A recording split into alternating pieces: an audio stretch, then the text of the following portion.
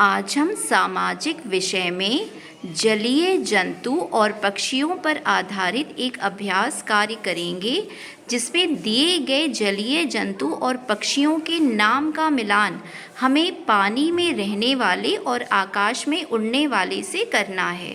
तो बताइए, मछली किस में रहती है?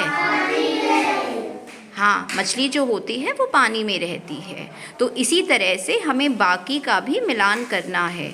अब बताइए, तोता।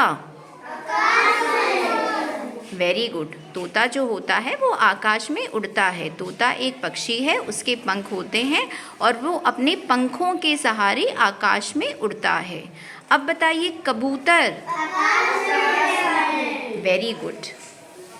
तोता को इंग्लिश में बोलते हैं पैरेट और कबूतर को बोलते हैं पिजन। और तोता और कबूतर दोनों आकाश में उड़ते हैं, दोनों के पंख होते हैं और दोनों आकाश में उड़ते हैं और पेड़ों पर घोंसला बनाकर उसमें रहते हैं।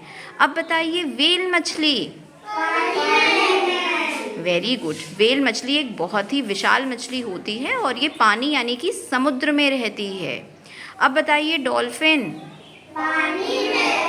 Very good. डॉल्फिन भी एक मछली है जो पानी में रहती है।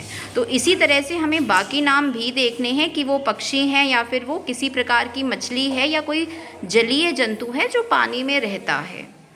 गौरैया। Very good. गौरैया यानी कि स्पैरो। इसके बाद बताइए, बुलबुल।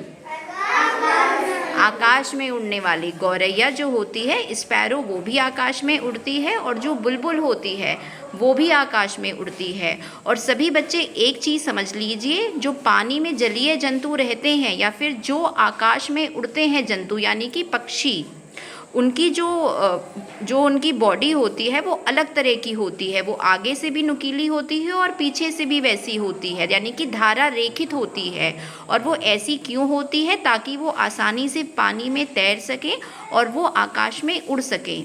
और दूसरी चीज़, जो पक्षी होते हैं उनकी जो हड्डियां होती हैं वो अंदर से खोखली होती हैं, इसीलिए पक्षी बहुत हल्के होते हैं और इसीलिए वो बहुत ही आसानी से आकाश में उड़ लेते हैं पंखों के सहारे। और जो उनकी धारा रेखित आकृति होती है और जो उनकी बनावट होती है। अब बताइए, झींगा मछली। पानी में रहने वाला। Very good. तो देखिए, ये भी मछली है, झींगा मछली। तारामीन। पानी में रहने वाली। तारामीन को इंग्लिश में हम बोलते हैं स्टार फिश। तारा सब बच्चों ने देखा होगा, तारा को बोलते हैं स्टार और मीन मतलब मछली यानी कि स्टार फिश। ये तारे की आकार की मछली होती है और दिखने में बहुत ही ज़्यादा सुंदर होती है। अब बताइए, कौवा। आकाश में उड़ने वाला। जो कौवा होता है उसको इंग्लिश में बोलते हैं क्रो और ये काले रंग का होता है और कौवा भी आकाश में उड़ता है अपने पंखों के सहारे। चील। आकाश में उड़ने वाला। Very good. चील जो होता है एक बहुत ही बड़ा सा पक्षी होता है। ठीक है। अब बताइए, जो अंतिम है, हुदहुद। आकाश में उड़ने वाले। ठीक है। हुदहुद भी जो होती है एक प्रकार की चिड़िया है और ये भी आकाश में उड़ती है।